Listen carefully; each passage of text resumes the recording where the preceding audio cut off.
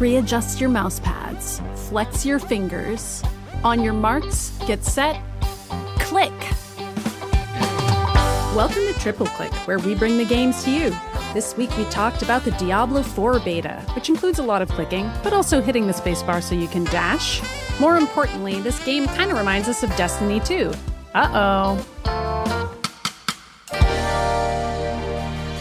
I'm Maddy Myers. I'm Jason Schreier. And I'm Kirk Hamilton. And hello. Hello. Welcome. Back. Hello. Kirk and I are back from San Francisco. We spent like half a week together. It was great.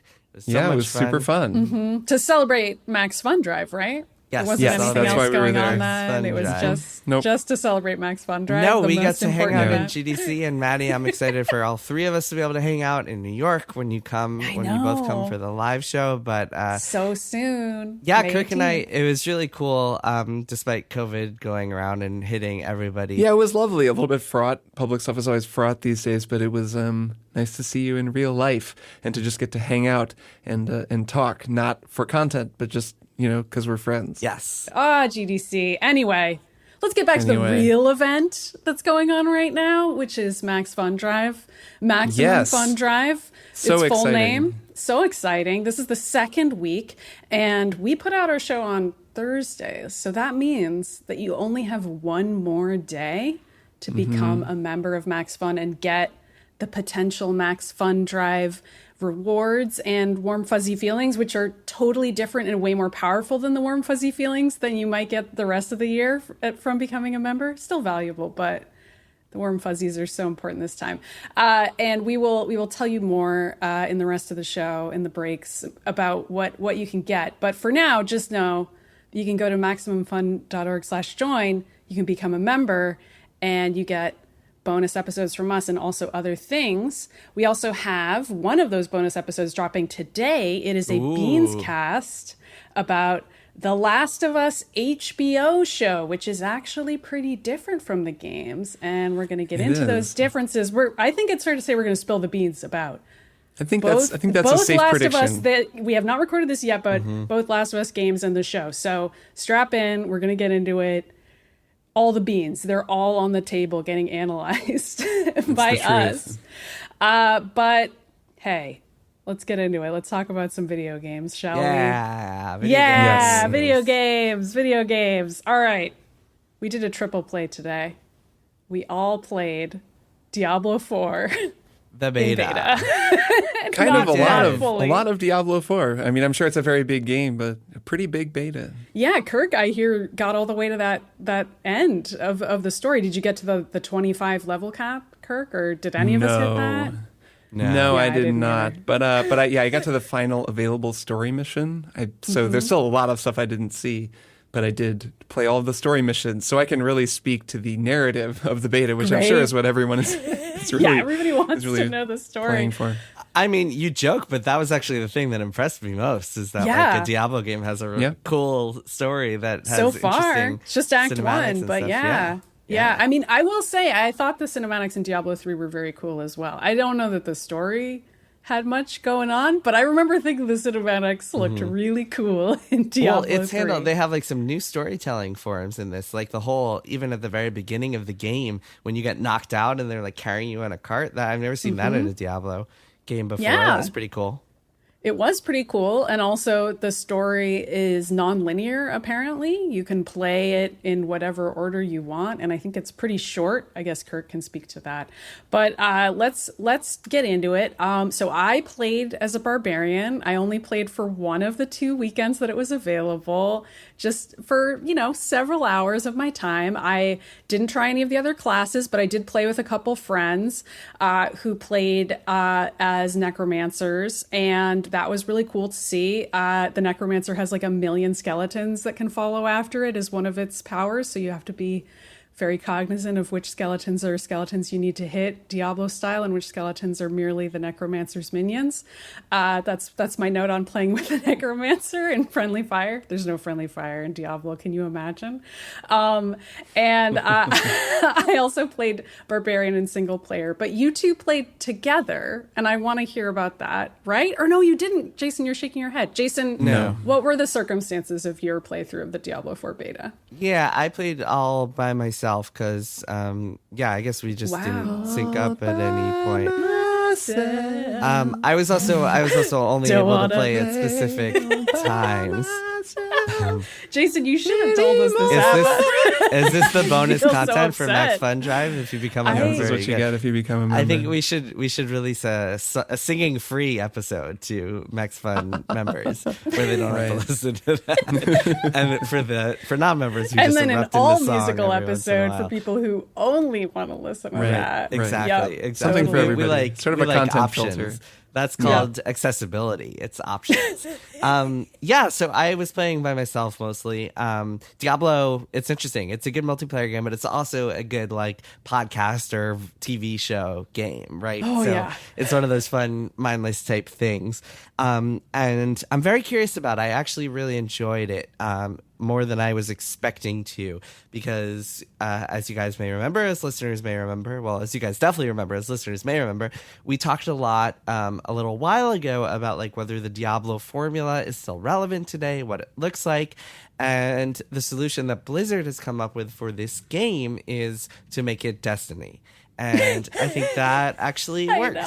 Like, I enjoyed walking around this big open world and running into other players and finding public events that, like, I could stand on a pressure panel and fight off enemies. It was, like, essentially like playing Destiny. And then I could go into instanced dungeons and do those by myself. I was really interested in the skill tree and, like, what that has to offer. Really enjoyed playing it on PC with the controller. I actually tried all of the classes except for Rogue, which Kirk can talk about. But I tried all the other four, and it was just really enjoyed Sorceress in particular. That'll probably be my main. And just really enjoyed soloing it and playing through a bit of the story and doing a couple of cool bosses, and just really enjoy the experience. I think it's really cool, and I'm just really impressed by it, especially the music. Music is really impressive. The music is I really and enjoyed makes me feel like it's just a shame because I'll probably never listen to it because aforementioned podcast/video watching game.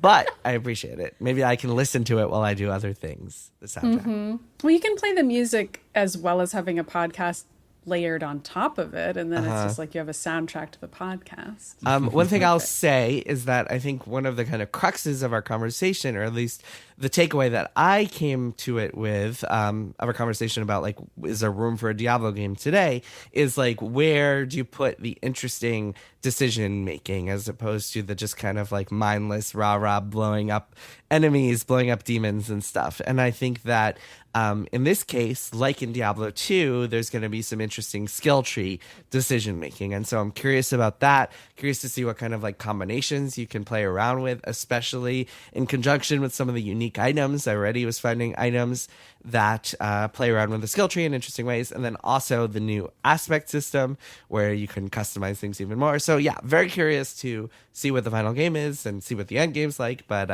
definitely has me hooked. I'm definitely excited about it. Mm-hmm. So Kirk, what was your experience? Did you play alone? I did. I only played alone. I mean, there were other people there. I should have gotten you guys in my group. I feel horrible now, but go on. Well, it would have been fun. I played the first weekend, the closed beta, because I got a code from PR that let me play that. And then I was expecting not to be here for the second weekend, but then there was a whole COVID exposure scare, though I currently don't have it, but I had to fly home early.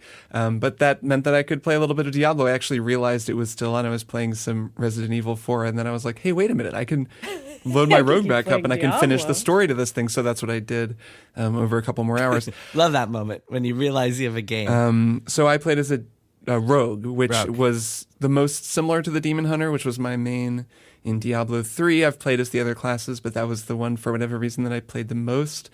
And it was the one that I played the most in the Reaper of Souls version of Diablo 3, which was the version that they released for consoles, which added controller support.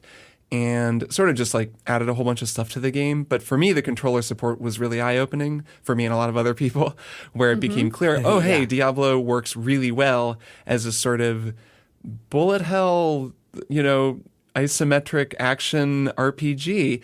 And the Demon Hunter in Diablo 3 was very much a, shooty kind of character. You had full auto crossbows and, also all kinds of long-ranged attacks. So it becomes very much like a bullet hell game where there's, fireballs flying all around and you're rolling and dodging and shooting and kind of keeping out of range of enemies, which is a very different way of playing than, say, the Barbarian that you played as, Maddy. So it is a kind of fun mode of the game. So I started playing the Rogue that way as well, and then respect my character, which is a nice thing in the beta and hopefully in the game too, is it makes it very easy to just totally respec all of your abilities, which is cool because the Rogue at least has a much denser skill set and a more varied skill set than I remember from Diablo 3. And that means the Rogue can actually be a melee character or a ranged character or a hybrid, and works really well as a hybrid because their main melee attack causes the vulnerable state, which is then what you kind of build the whole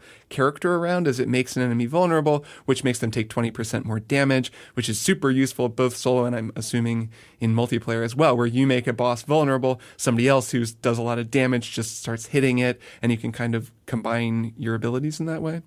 And that was mainly tied to a melee attack. So once I changed that was actually something I did after I got back and played during the open beta weekend. It really changed the way I was playing, and I was struck by how very different the Rogue can be depending on how you build the character, which is pretty cool because I know there are different builds in Diablo 3, but this felt really remarkably different. So I guess taking into account the fact that the Rogue is a very hybrid class, maybe more so than some of the other characters. Like, it's designed to be melee ranged however much you want. That was really fun, and I think I probably will main that character in the game itself. So I have a lot of other thoughts about other things, but I'll say I played a Rogue and had a good time. So what you're describing right there, Kirk, is actually kind of brought back from Diablo 2.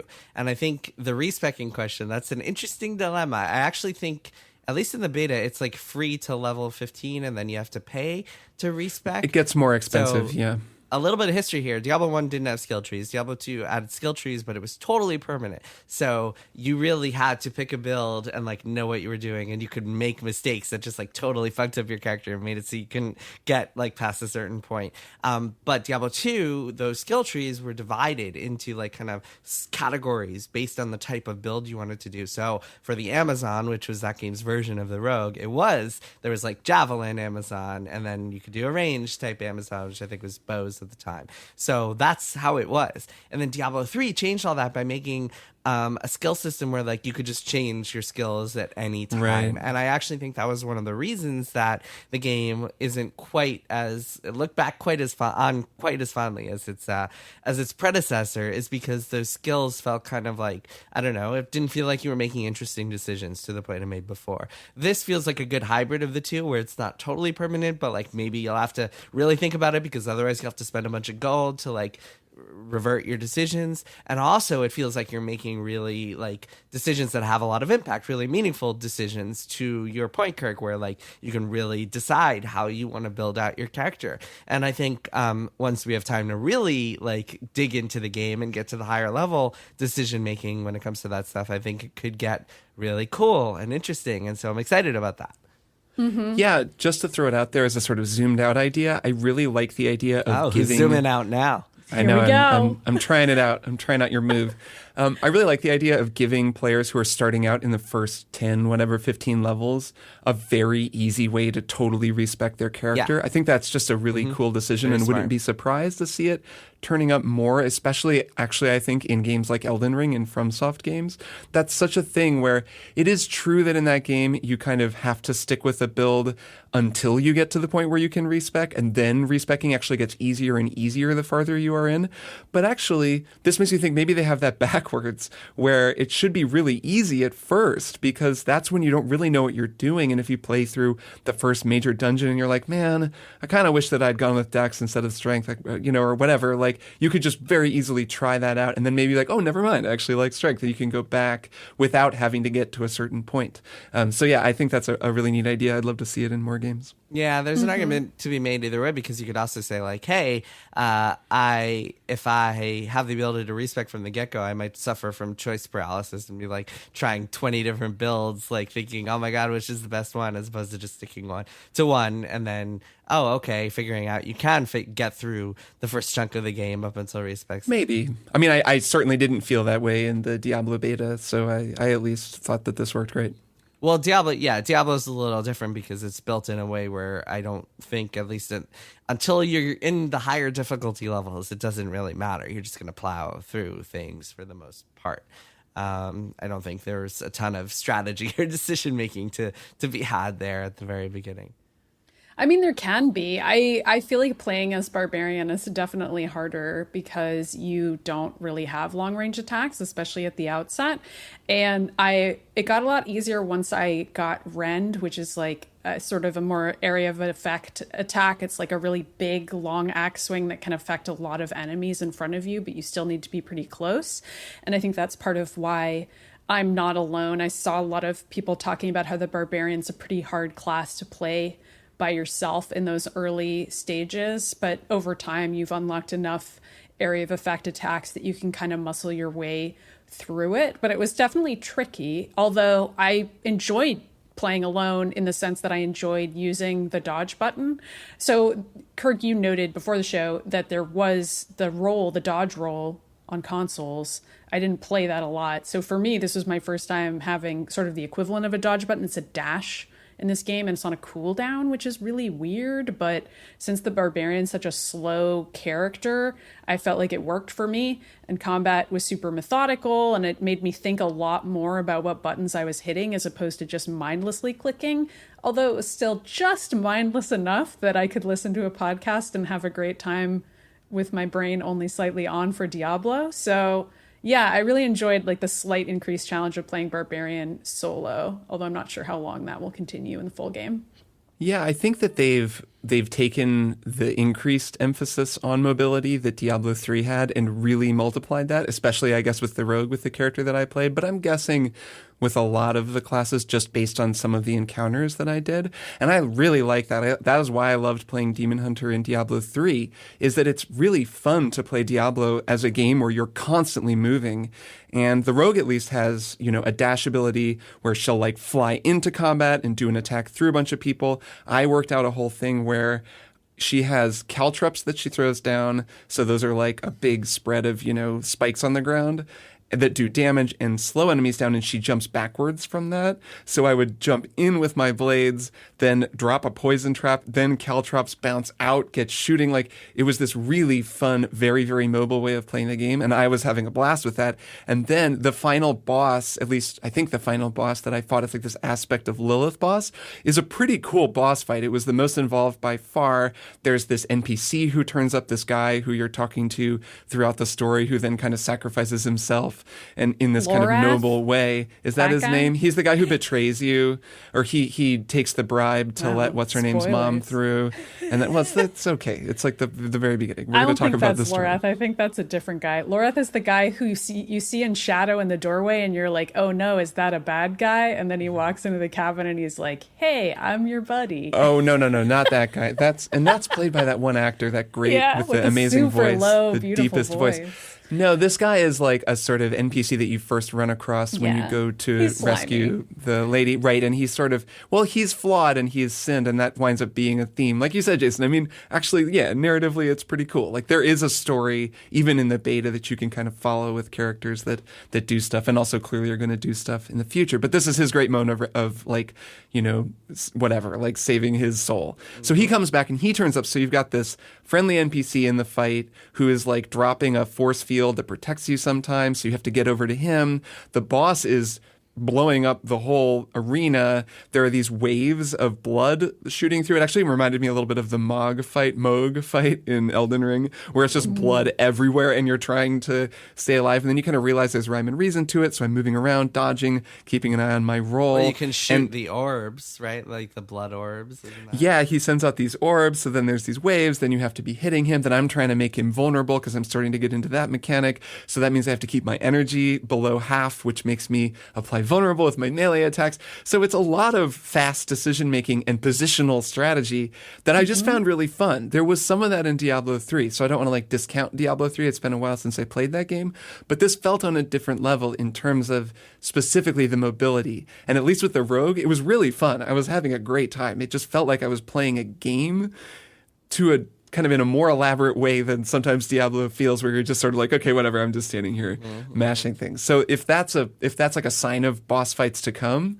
that's pretty cool. That means that there will be a lot of really cool encounters in this game. Yeah, and I found the same with the public events, the Destiny style public events. I thought I didn't do any of those. Can you tell me how those work or what those are like? I mean, so imagine that you're on Venus and you see a public event and you go up to it and okay, so like a Warsat falls.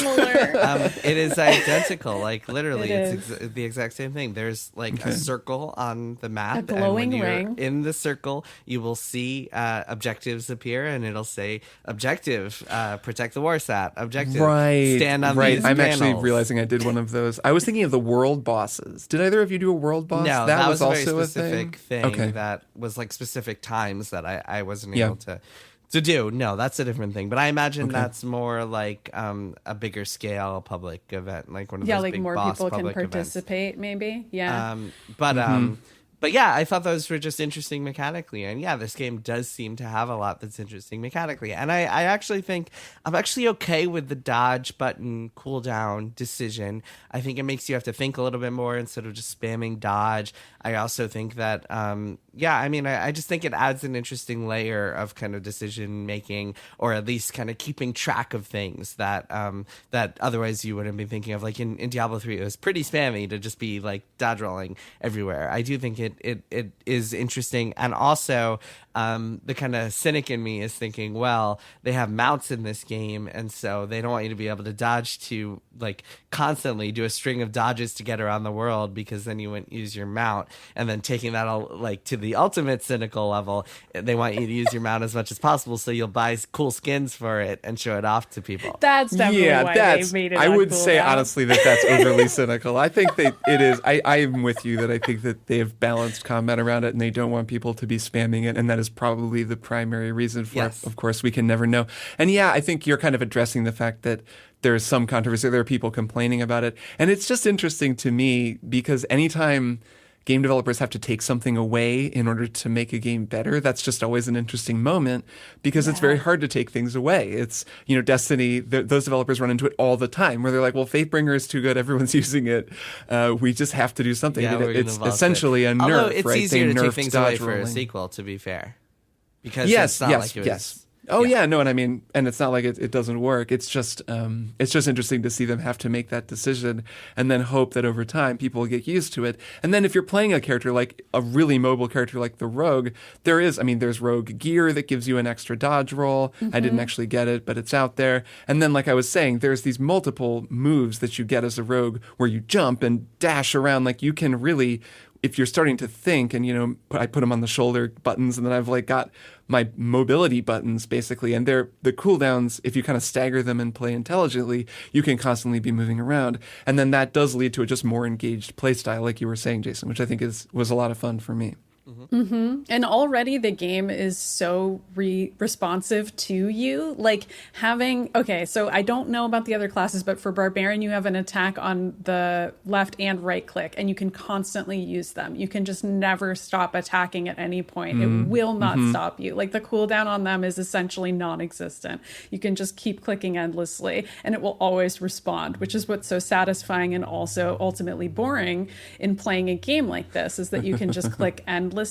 And so having the dodge almost immediately, along with those two attacks, you get the second one almost immediately, to have something that doesn't perform instantaneously was just automatic friction that I also liked, because I was like, the game isn't automatically rewarding me for pressing a button. Like, that's interesting. And it's forcing me to think, which means I have to actually use my brain more to play this video game. And I'm not just clicking and having an enemy die immediately. There's another point of friction that they've added that I think is interesting that Jason and I were talking about a little bit offline when we were playing. I was complaining initially that when you pick up loot, it doesn't show you the little green like markers on it that it used to. Like when you see the loot in the world in Diablo 3, you immediately know, oh, this has higher stats. Where in Diablo 4, you pick it up, then you have to kind of go through your inventory and spend a little more time looking at it. But actually, Jason, you convinced me, or you kind of pointed out, well, okay, at the very beginning of the game, yes, a higher number is just always better. But pretty quickly, and I was even finding this toward the end, okay, maybe it does a little bit more DPS, but this legendary thing that I've got is still incredible and gives me all these other stats. So there's more friction in the gear selection process already. And then that's more interesting because I'm spending a little more time engaging with what I presume will expand out to be a like really varied and kind of deep loot and gear system. And so actually it's like another point where if I'm just constantly like no brain, smooth brain pressing buttons to select things, like that's cool, but Diablo runs into a problem when it has too little friction, I think, is kind of something that we're getting at here and something that I've found. That was the biggest problem with D3. And this game is really just kind of like trying to straddle that line between taking everything that worked well in D3 and also taking back a lot of stuff from Diablo 2. So, for example, the gear is a good example. Another example of that is the healing system, right? So Diablo 2, you had potions, and you always had a limited number of potions because you kept them in your inventory, and every time you consumed one, they disappeared. Diablo 3 had health orbs, which would just land on the ground and you could pick them up. And I believe you also had potions in that game. So really it felt very arcadey. You weren't losing. Health wasn't a super big concern. And when you did run into difficulty, it was usually because they just killed you so quickly you couldn't even heal or you couldn't even find the health orbs. But there were so many health orbs popping so often that it didn't really matter. Diablo 4 takes a really interesting kind of combination of the two, where you have healing potions, but you only have a limited number of healing potions. You start off with 4 max, and you do find these kind of like what look like healing orbs, but are actually new potions that you can pick up as you go. But again, you can't go over that max. So you can only have up to 4 potions at a time, which I think is a really cool solution to that problem, in that you still feel like you have to kind of use them strategically, but you also don't have to hoard and conserve them and worry about them taking up inventory space, because you find them pretty often throughout the world. And even in the middle of bosses, like during different phases, the boss will drop a couple for you. So I think it's a really good balance, at least from what I've seen so far. And again, I mean, with a Diablo game, you never really know until you've gotten to the end game and you're really in the thick of it. Because Diablo 3, a lot of the problems with that game didn't emerge until later on. But yeah, with Diablo 4, it feels like they've really hit a good balance between what really worked in the past and also some of the newer stuff, newer ideas. I think it works pretty well from what I've seen so far.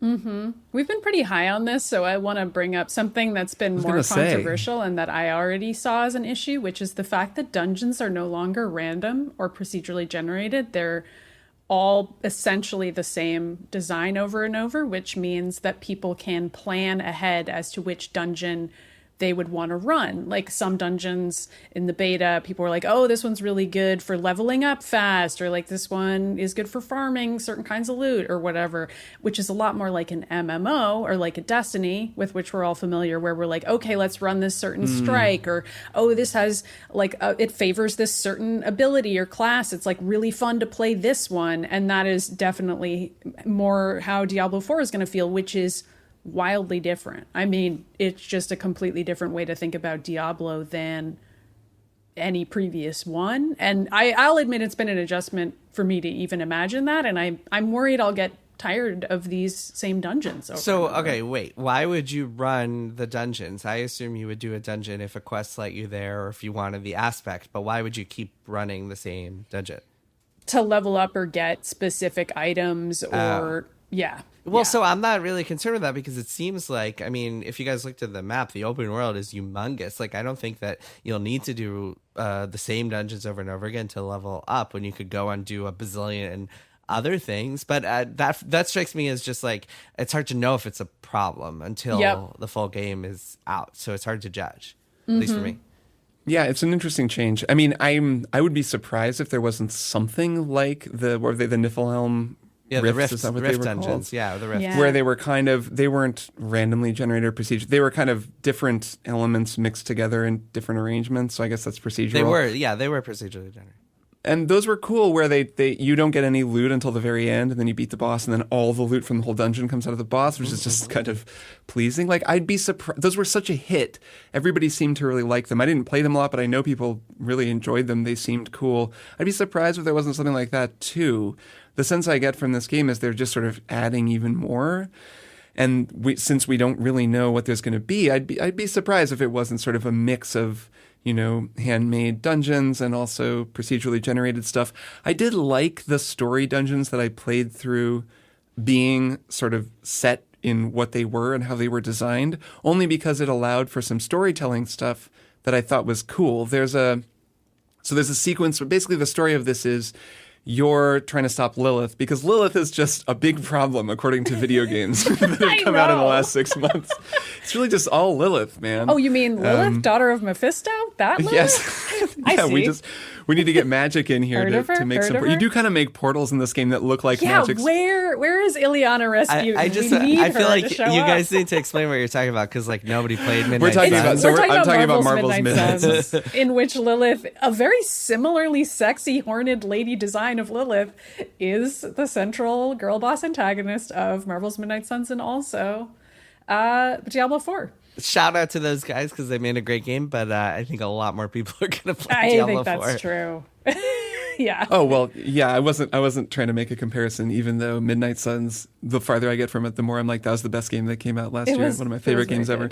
But anyways, this is not a Midnight Suns episode, as much as I wish it was. This is Diablo IV, which is also good. So anyways, storytelling and dungeon design. So yeah, you're basically on the trail of Lilith. You're trying to follow her to wherever she's going. She's going to do some, bad things and bring open doors Cult to hell. Conversion, she's picking up followers left and right. Destroy this plane that we're on, Sanctuary. Which is usually the way that Diablo works. So you're chasing after her, and there comes a point where you reach this like the black lake underneath the world, and you go through this dungeon. You finally unlock a door. It leads down these stairs. It's pretty cool looking. There's this huge kind of like stone floor with all these runes that are full of blood. This is where your friend's mother is, and you have to she's been taken over by Lilith. And it kind of feels like that cutscene they played where there's like blood running through the runes on the floor. Mm-hmm. Oh, the opening cutscene. Very gory opening cutscene, yes. Which I think played at E3 or at some press conference. I think so too. Anyway, so there's this huge underwater lake, which is just a cool concept, very eldritch. You can't get across it, and so then you leave. You have to go do some other stuff. You go meet go to this monastery in the north and do this trial, and then you kind of can finally get the blessing. You need to get the blessing of what's his name, one of the angels, who are kind of dicks in these games, which I also enjoy. I know, but like fun. The angels are just big weird faceless jerks, and he has to like approve of you for you to get a blessing that'll allow you to cross the lake. So it's basically this extended quest where you can then go back down through that dungeon, back to the lake, and then you can finally cross it. The crossing is a little unceremonious, but maybe they'll flesh that out. But anyways, narratively, I think that's actually all kind of cool because it feels like you're returning to things, you're moving through things, you're meeting characters. Like I said, there's this guy you meet initially when you first meet the other woman. I'm forgetting everybody's name. Maybe her name is Narelle or something like that. Mm-hmm. You meet him. Right. He chickens out, and it turns out he kind of betrayed you. Then you meet him again later and talk to him, and he's this recurring character, and then he comes and sort of redeems himself at the end of the arc. Like, the way they're doing stuff is just cool, not to mention all of the better moments in the story presentationally, where they're doing these cutscenes. They actually, get out of the overhead view and go into the world and kind of show you cutscenes. They do some cool stuff where you'll go through Lilith's like blood petals and into her view, and that's how they kind of show you whatever she's up to. So there's a lot of nice perspective shift going on. And then sometimes feels a little more like Diablo 3, where you're fighting through a dungeon and then at each doorway you just like watch two ghosts have a conversation, and it's just you're standing there being like, oh my god, I don't care, I just want to go. Like that, I think is a little bit weaker. I guess it lets them fit more story in, but that is definitely feels a little more old fashioned, and at least emphasized to me that the newer stuff does feel strong. It feels interesting. Well, and the plot itself is really interesting, just because like Diablo, I mean, the gothic horror of it all is kind of weirdly unique to video games. There aren't a lot of gothic horror video games, weirdly, other than like Bloodborne. Yeah. That's the vibe fact is that we cool, both right? said that Like, at once. I like the energy. Like, I think it's really downer vibe. It's cold. yeah. It's snowy. Everyone it's hates their dark. lives. Everything sucks. Yeah. And Yeah. but it really is compelling. I really enjoyed the is. sort of general atmosphere. Well, what's compelling about it is some of the like human rituals that they have. Like when you get to the big city and they like make you do this like weird ritual thing and like give up a sin or something, or like talk about your big sin. You or have to something. inscribe your sin on a piece of wood and burn it. It's a lot of they very tell it's nothing specific that stuff. doesn't level you up. It's Yeah. purely ceremonial. I Yeah, thought that it's was cool. narrative. A lot of that stuff is always cool in Diablo in general, like in all of the games. It's just like very specific storytelling, very specific lore. There's a lot of really cool stuff out there, like a lot of stuff about the Haradrim and the all the shit that I don't remember because Yeah, there's a lot of The weird Haradrim proper come up nouns. enough, though. well, I mean stuff from like Diablo 2 and Diablo 1 and stuff. And good art design too, right? I mean, like a lot of that is just the art looks great. I mean, there are really good dirty rugs, Oh, like the yeah. big rugs And, like, that you see slightly when you walk folded into a over hall. rugs. Yeah, and they're Yeah. covered in dirt, and you're like, oh man, this place has seen better days. Like it really does. Oh, it looks like thousands Well, have died here on this It's rug. nice. I mean, art design goes a long way. That's another thing where like a lot of people complain about the art direction for Diablo 3 and this game is very much like, all right, we're going gritty. You wanted Yeah. gory, gritty stuff. That's what we're giving you. Yeah, these rugs don't look like a Lisa Frank rug anymore. They look like shit, and we hope you like it. I do like it. No more interior decorators in this game. Yeah, but they changed the fonts though, or the typefaces. Everything's Arial now, and I thought that was weird. I was like, bring back the Anarchy font, bring back the pentacles. Oh, yeah. Oh, I that's want funny. the pentacles back. It is- Probably because I recently played Diablo 2 Resurrected or whatever it's called, and just saw those pentacles again, and I was like, remember the pentacles. Well, And they I have just that. miss They them have that now. for the menu text. It's hard. Yes. It's hard to read a lot of dialogue in that. It should be an option. I should be allowed to have hard to read, dumb Yes. metal band I- text. Yeah, I think it's all these game developers these days are very much like we want games to be accessible. We want subtitles. We want font Yep. changes. For Maddy, we want Yeah, for harder me, to read. I Games wanted to text that is more weird difficult. Just to the bad. Maddy understand. option that you can turn on in the menu. Yeah. Just more gimmicks, like make it a little harder for me, but like in a gimmicky way. It doesn't really, it's like not a hardcore setting. Wingdings. Yeah, I don't we know. want wingdings I want dialogue. wingdings as an option.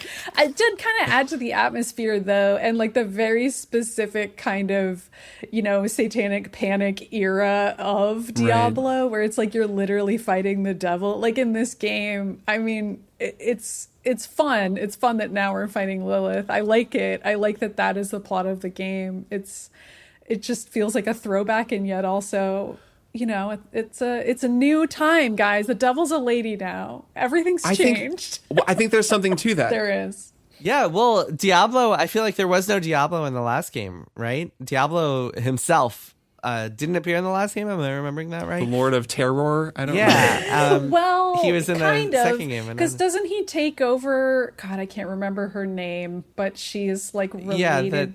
the Jennifer Hale. Decker Kane. Yeah.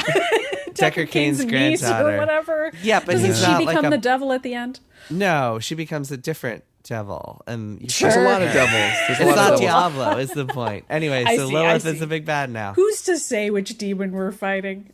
There's a bigger picture here thing that I think maybe would be a good final note for this conversation, and that is, Maddy, you were kind of talking about like what place does Diablo have? What's it like to play a Diablo? And I think that is actually an interesting thing about this game, and actually something that we've found with Diablo Immortal as well, the mobile game, for all of that its very exploitative design and flaws.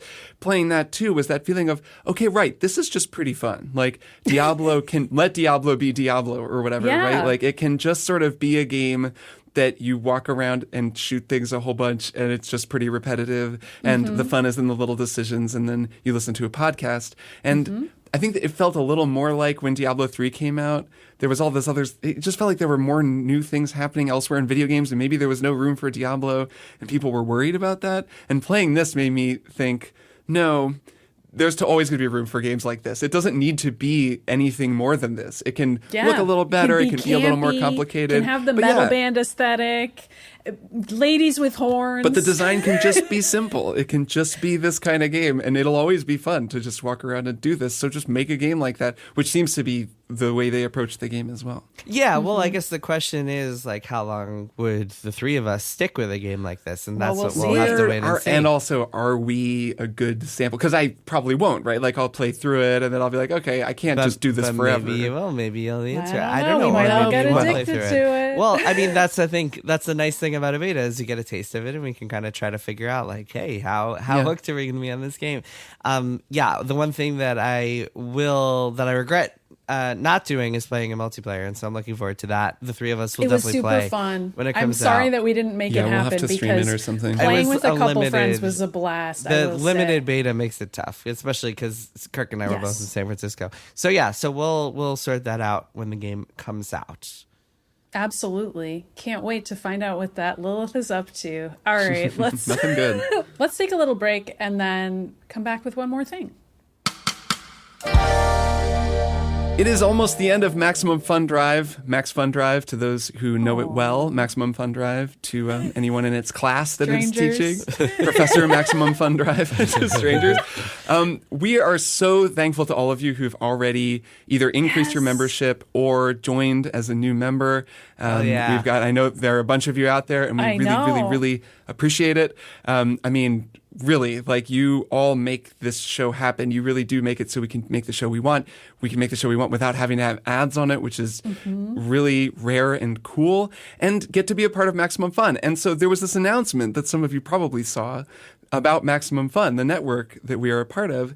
And if you didn't see it, I'm going to get to tell you that. And that is that Maximum Fun is now totally worker-owned. They've spent a significant amount of time transitioning to become a worker-owned, a sort of co-op network where everybody who works for Maximum Fun. Now, that is not us. We just work with them. But all of their employees. Is super cool.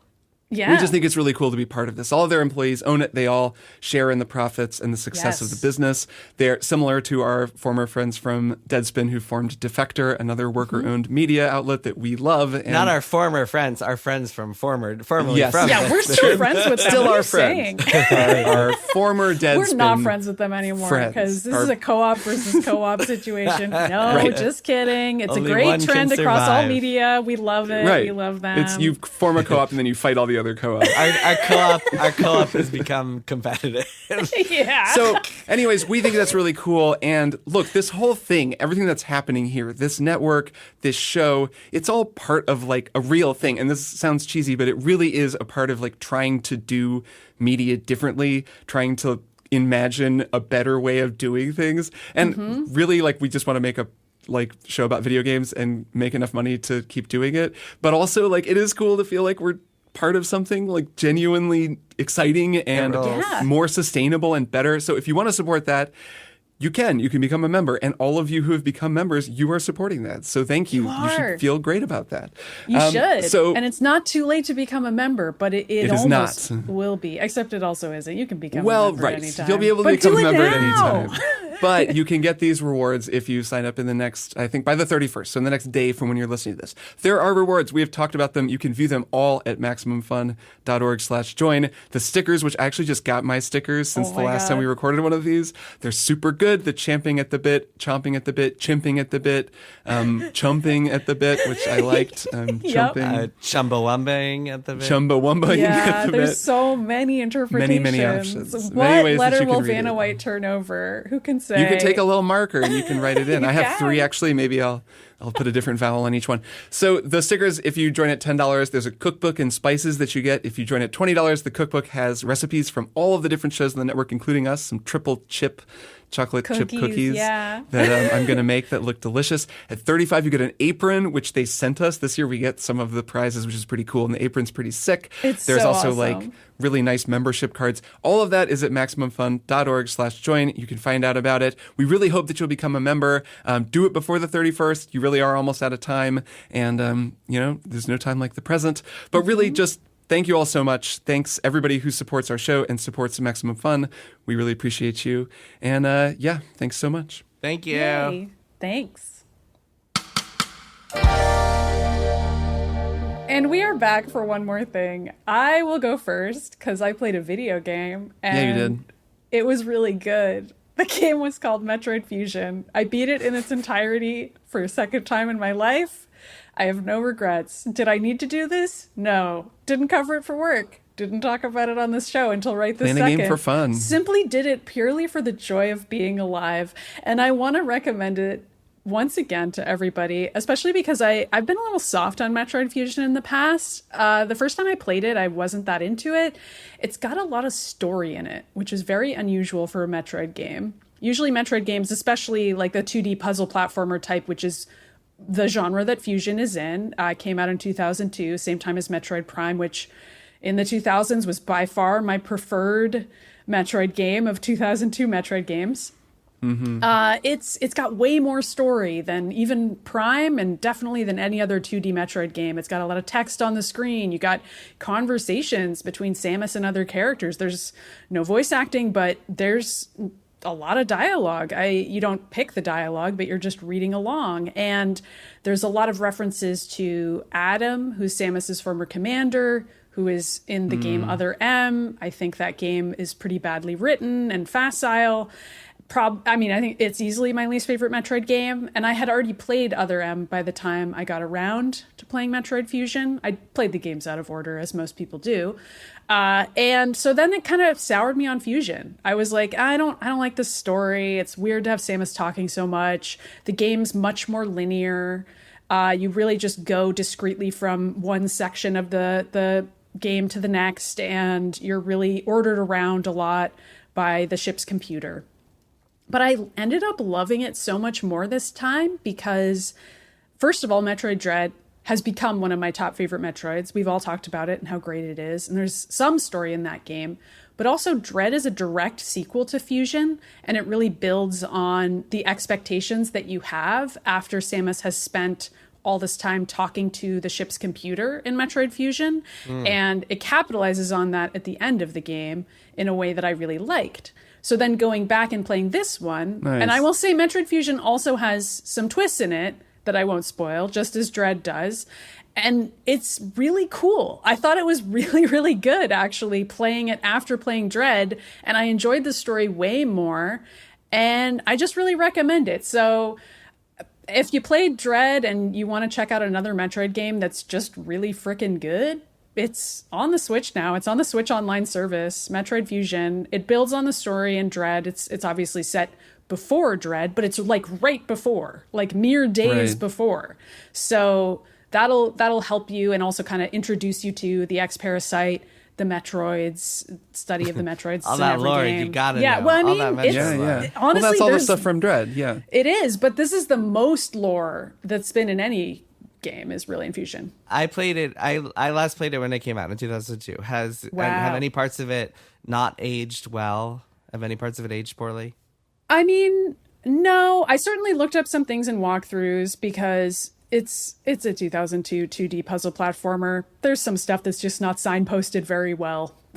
And I I'm remembering occasionally Dread was just had a like, couple things like that too. I don't really know where I'm supposed to go. So I had some moments like that. But honestly, it's really great just from a gameplay perspective. I didn't think it was too difficult. I mean, you're talking to the wrong person in some ways because I don't think these games are hard. So, Maddy, what didn't you like about Metroid? I've played the original Metroid, which is like notoriously hard and every room looks identical. And I've played that one multiple times. So I don't know, there's something wrong with me. But take it from me, I thought Metroid Fusion was a great video game and people should check it out, especially if they liked Dread. But yeah, so that's mine. Kirk, why don't you go next? I will go next. I finished a really, really good book that I think everyone should read and that the two of you should read, called The Ministry for the Future by the great Kim Stanley Robinson. This book is about climate change. It is a science fiction book by a great science fiction author, Kim Stanley Robinson, who wrote the Mars trilogy that I talked about last year, but has been around for a long time, a really great writer. And man, I loved this book. It's a wonderful read. It's a sort of purposeful antidote to doomerism, and without feeling totally unrealistic. It is an optimistic book about the next 40 or 50 years on the planet Earth and how we might or might not save the biosphere and all of ourselves. And it starts out pretty scary because, of course it does. It starts out right around now when things are pretty scary. But then it goes on to imagine one of the most, or the most complex and thorough views of how the world might try to, and in some ways fail to deal with the challenge of climate change, of like human-created climate change, in a way that really only he can. So something that Robinson did really well in the Mars trilogy is the guy just seems to know everything. He's like, he must be the most fun conversationalist in the world because in Mars, it's a trilogy of books. They're all very long, and it's about the full colonization and development of Mars. And then that means that it's about like the political, scientific, ecological, social, like every economic for sure. I think I already said economic, every single possible axis on which this massive thing, a planet-wide, really 2 planets, this whole thing can happen over this 3-book saga over the course of hundreds of years. And he does it, he just has an ability to do that, to tell storytelling, to tell a story on that scale. So he takes those same tools and he applies them to the world. And it's very structurally different from the Mars trilogy. There's kind of just one main character. Her name is Mary Murphy, and she is the head of the Ministry for the Future, which in the fiction of the story was established under the Paris Climate Accords as a kind of UN-adjacent, ultimately toothless, but maybe not toothless, diplomatic body with representatives from around the world who are tasked with, okay, I don't know, you guys fix it. And they don't really have that much power. And then it's about her, it follows her periodically, but it also changes perspectives constantly to a variety of unnamed characters who are just a person in a refugee camp, a scientist in the Arctic, I don't know, like a million other things, a terrorist cell of, bioterrorists or eco-terrorists in India. And the whole thing kicks off with a heat wave in India that kills millions and millions of people and sort of begins the radicalization of some people in this direction toward something. So I can't begin to describe it because it covers so much ground. I mean, there's huge chapters about banking, finance, taxes, and tax reform. There's a lot about income equality. There's a lot about the death of capitalism, or like what might replace capitalism. There's a lot of stuff just where she's meeting with bankers and being like, you are the most powerful, like the heads of finance of like the federal reserves of these different countries. You have more power than anyone. So how are we going to incentivize people to start capturing carbon, for example? There's all this engineering stuff, a really cool plot line about like working on the glaciers in the north to try to like drain the water from underneath them to get them back into contact with like the earth layer to keep them from drifting. I don't know, man. There's so much in this book.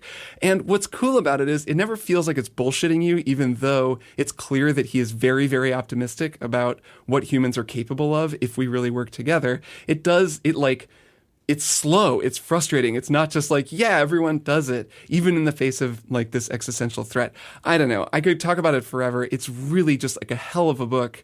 And everyone should just read it and think about it. And I don't know, feel the things that it'll make you feel. Because it's like a wonderful, wonderful book. It's the best book I've read in a really long time.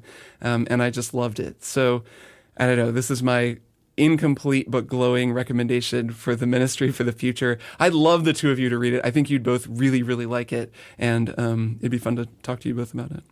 Yeah, I think I would love it. I will definitely read it. Nice. It's good. Kirk spent a lot more time selling me on it last week in San Francisco. Yeah, so you see, I was still reading it, and I'd be like, oh man, this chapter, they're talking about taxes and progressive taxation. Dude, you love it.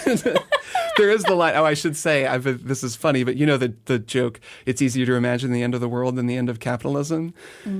I don't know that this book is the exception, because it is kind of about the end of the world, but it does imagine the end of Both. capitalism. And it isn't just like, okay, we ended it, there's a new thing. But it does like present this sort of compelling view of like actually worker-owned, like of a move toward like worker-owned businesses and stuff, which is sort of in line with what we were talking about with Maximum Fun. So anyways, there's a lot of really cool sort of socially progressive ideas that are explored in a real feeling way. Whatever, I could go on forever. I'll shut up. It's really good. Read it. Ministry for the Future. Great book. Cool. Jason, how about you? My One More Thing is also a book. It is not a life-changing book, but it's a very fun book that I read. Good title.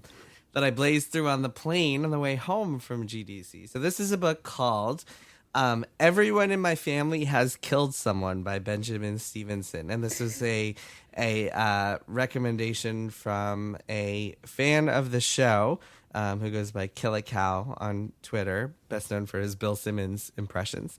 And this book is a murder mystery, and it's an extremely meta murder mystery. It's very reminiscent of... Meta murder mystery. It's very reminiscent of Knives Out or Glass Onion in how it kind of tries to deconstruct the form. And so the concept is that the protagonist, in addition to being part of a family where everyone has killed someone either on purpose or by accident or by bad fortune or intentionally or whatever, in addition to that, he also writes and self-publishes books about like crime fiction and like the rules for murder Wow. mysteries.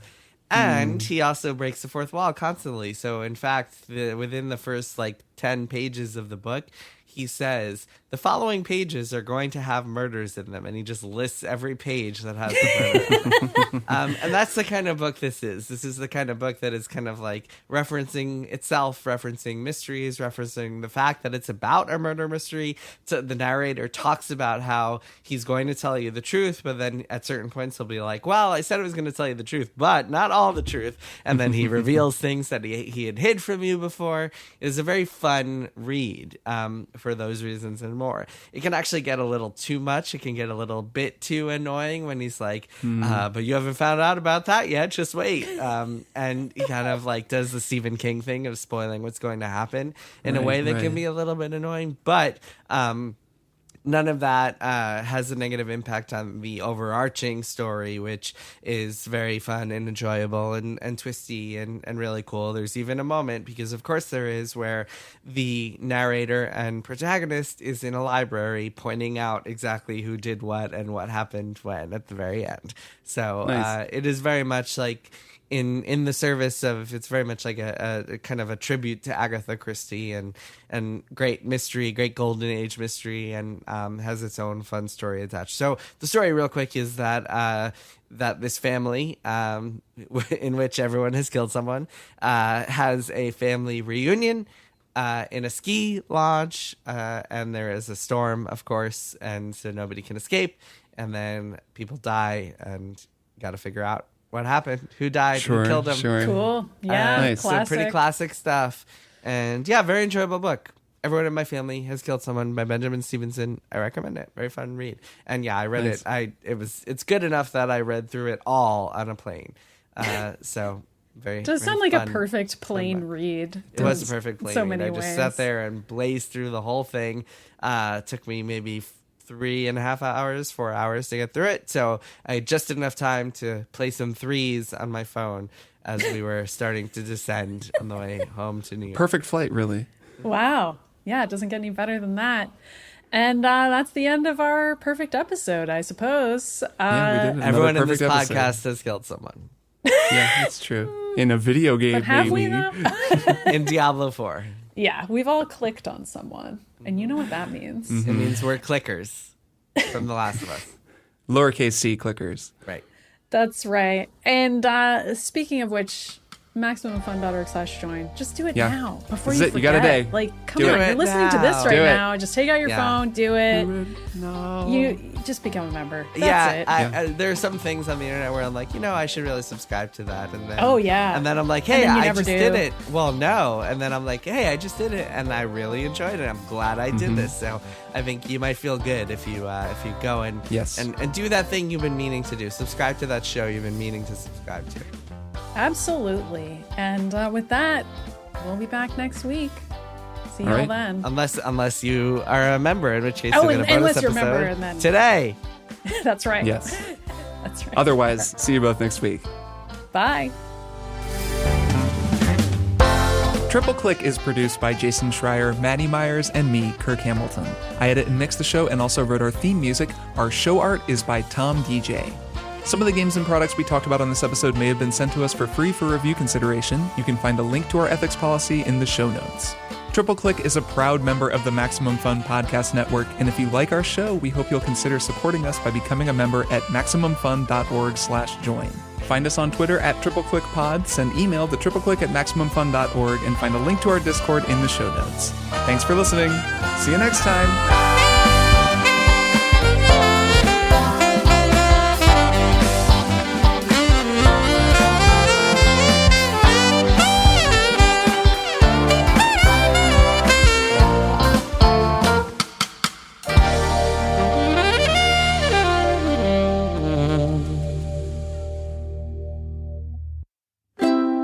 MaximumFun.org. Comedy and culture. Artist owned. Audience supported.